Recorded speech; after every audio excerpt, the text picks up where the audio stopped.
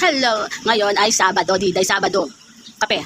Siyempre, bago tayo magkisikahan, kape muna, Diday. Ewan ko ba kung kailan maka-rest day dito? Kaya lagi na lang ako may naiisip. Oo. Napaka-friendship ko talaga. Sobrang friendship ko dahil kong friend. Ganon. So yun, ito na umpisa natin. Chismis, chikahan. O, chismis, chikahan na tayo, Diday. Chismis, chikahan tayo, Diday. Kasi maganda naman ang kwento ko. Magaling naman siya. Magaling siya. Diday. So, taga-probinsya siya, Diday. Taga-probinsya si Boylet. Minahal niya yung babae. Hanggang sa nagkaroon sila ng anak. Hanggang sa naging dalawa yung anak nila. Halos magkasunuran lang yung anak nila. So, dumating sa point na yung lalaki nag-push na magtrabaho. Hinayaan ni Boylet kung gusto niya magtrabaho. Kaya lang, magkaibang area, ibang lugar. Kasi nga nasa probinsya sila eh. So, kahit ayaw man ng lalaki, nag-aaway sila ng babae. Kaya, sige, pagbigyan na lang niya. So, panibago, nabisita o napunta sa mga anak para makasama yung mga anak. Tapos, siyempre nakasama silang mag-asawa. Magkalibin sila, hindi naman sila kasal. Ano kung, ako nakatitiputa. So, magkano kulay? Kachismis tuloy ako. Yun. Kumbaga, yung babae, masipag pumasok, masipag din umuwi sa umpisa. Every week na balik-balik. So, siguro after ng mga ilang buwan, nakapagtaka na yung lalaki. Bakit hindi na nabalik yung babae? Kumbaga, nag-chat na, yung sobrang busy sa trabaho, kailangan ng hindi siya magkaroon ng oras pag nabiyahe pa uwi, tapos kailangan bumiyahe agad pa uwi. Kaya, never siyang nauwi doon sa kanilang mag-jowa kasama yung mga anak. Yun. Siyempre, tataka rin naman yung Boylet sa mga nangyayari. Siyempre, lalaki is lalaki. So, alam niya kung ano yung mga nangyaring ganyan. So, inano agad niya yung babae. Kumbaga, kinausap niya. Total, ayaw na rin naman magbisita ng babae. Oo, nagagalit siya. Bakit para sa mga anak nila? Bakit hinahayaan na lang din? Pati ang pagbisita ng anak, pakasama man ng anak. Kaso, ang rason lagi ng babae na nakakalipin niya, sobrang pagod sa trabaho. Sobrang busy sa trabaho. O, diba? Bakit nagkalayuan lang sa ano? Wala naman sa abroad. Nagkakaganon. Diba?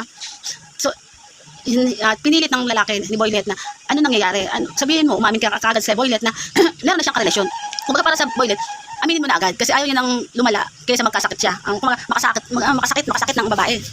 Kaya sabi niya, mas maganda na hindi na kayo magkita, hindi na sila magkita. At least inamin niya si Sapul, inamin agad ng babae yung nangyari, di ba? So, sabi ng lalaki, nalaman niya talaga sa Boylet, sa girl lalo na nagkaroon nga ng karelasyon doon sa trabaho. Kaya hindi siya makabalik kasi nga masarap ang mahalan, maganda ang mahalan nila. Parang inamin na ng babae, mahal naman niya yung Boylet.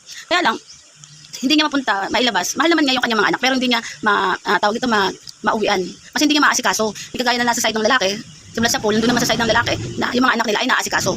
Siyempre, andyan yung nanay ng lalaki, siyempre, andyan yung mga lola, nakakaasikaso ng anak nila. Kaya inamin ng babae na nakikipagrelasyon na siya ng ibang. Kaya, kumbaga, inaasikaso, tawag doon parang inamin niya na ihahayaan yung anak nila na ma-stay ng lalaki. Mag-stay, bantayan yung anak nila. So, kahit nagalit yung lalaki, dahil sa ginawa ng kanyang asawa sa pagiging manlalaki. Ngayon, kasi talagang usok-usok talagang ano. Pero kasi na yung mga ganyang anak, di ba? Yun ang pangit maging magulang. Ayun ang pinakapangit. So, ginawa ng lalaki talagang kinover niyang responsibilidad bilang ina, bilang ama. Nasikaso niya yung dalawang anak nila. Talaga, pinabayaan na rin niya yung asawa. Pinabayaan niya na, total. Wala na rin naman na pala, dahil nga naging na-inlove na sa iba. Kumbaga para sa lalaki namin niyang pinabayaan na nila yung asawa. Kasi magkasala siya sa pananakit, di ba? Mabait din yung lalaki kasi nakapag-isip siya na kusa siya makipaghiwalay na para lang hindi siya makasakit dahil mas gusto niyang makasama yung mga anak niya. Yun. Kaya ang ginawa ni lalaki, nagpaalam niya sa nanay niya kasi alam naman niya na simula sa po yung nanay niya tumutulong lagi sa kanya. Pagtulong din ng mga anak niya, inaasikaso. Kaya masaya siya kahit na humiwalay na yung lalaki na palipin niya. Wala na siyang pakialam doon kasi para sa akin ganyan yung nanay niya. Kaya, so ngayon, nagpaalam talaga siya na maghanap ng trabaho para sa mga anak niya. Kasi ayaw naman niyang umasa sa parents niya dahil sa pag-aasikaso ng mga anak niya kasi nakadalawa siyang anak. So ginawa ng nanay, sige, okay lang, napilihan siya magtrabaho basta yung anak, iniwanan lang para maasikaso ng ayos. So ginawa talagang lahat ng pagkakataon na makahanap siya ng trabaho. Pinush niya sarili niya na maging magagandang trabaho para makasama niya lagi. Yung makasama niya yung anak niya pag meron siyang tamang alawa, ay ang tawag ng mga budget na ibigay niya. Tapos kung ano man yung pangangailangan ng kanyang mga anak, binibigay niya. O sa dalawang anak niya, binibigay niya lahat ng pangangailangan sa school. Siyempre, kasama na doon yung nanay niya. Kasi siyempre, wala na rin siyang tatay eh. Nakasama niya yung nanay niya. Kaya masaya din naman yung nanay niya kasi nagtatrabaho nga sa ibang lugar bilang anak. Hindi nalulungkot yung nanay niya kasi nga kasama yung dalawang apo. Yun, tapos lahat ng pangangailangan sa trabaho, sa school, sa pagkain, sa bahay, lahat binibigay niya kahit maganda, hirap na hirap sa mga budget sa trabaho niya. Siyempre, nag-umpisa pa kaya kahit talaga siya makapag-umpisa ng ayos. Hanggang sa dumating tumagal ng maayos sa trabaho niya, naging okay siya. Mabot na ilang taon na medyo lumalaki yung mga anak niya hanggang sa nagkaroon ng elementary.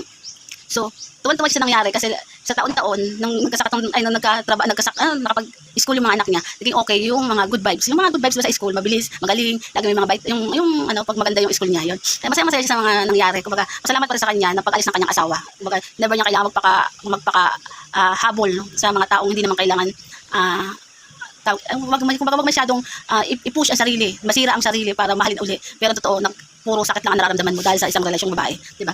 Para ang malakas sa kanya naging napakaswerteng-swerte niya kasi kahit na nawala sa kanya, dati niya kalibin na babae, nasa kanya naman yung dalawa niyang anak. Yun ang pinakaswerte. Kahit naman sino. Bibihira lang siguro yung mga lalaki na talaga hinahayaan na lang niya kung magkasalaman lagi yung babae bilang relasyon. Hinahayaan na lang kasi kaysa makapanakit siya. Makapanakit dahil gusto niya, mas maasikaso niya yung mga anak bilang ama. Diba? Ganun ang mga maayos matitino o matipota. Kaya kung dito na maiwasan mga maraming kalandian pagdating sa trabaho. Oo. Sana ganito ang life. Life is life. Okay na tayo. Tara na dito. Kaya na goodbye na tayo. Makapag-bastay-bastay muna kayo. Ano na? Goodbye na.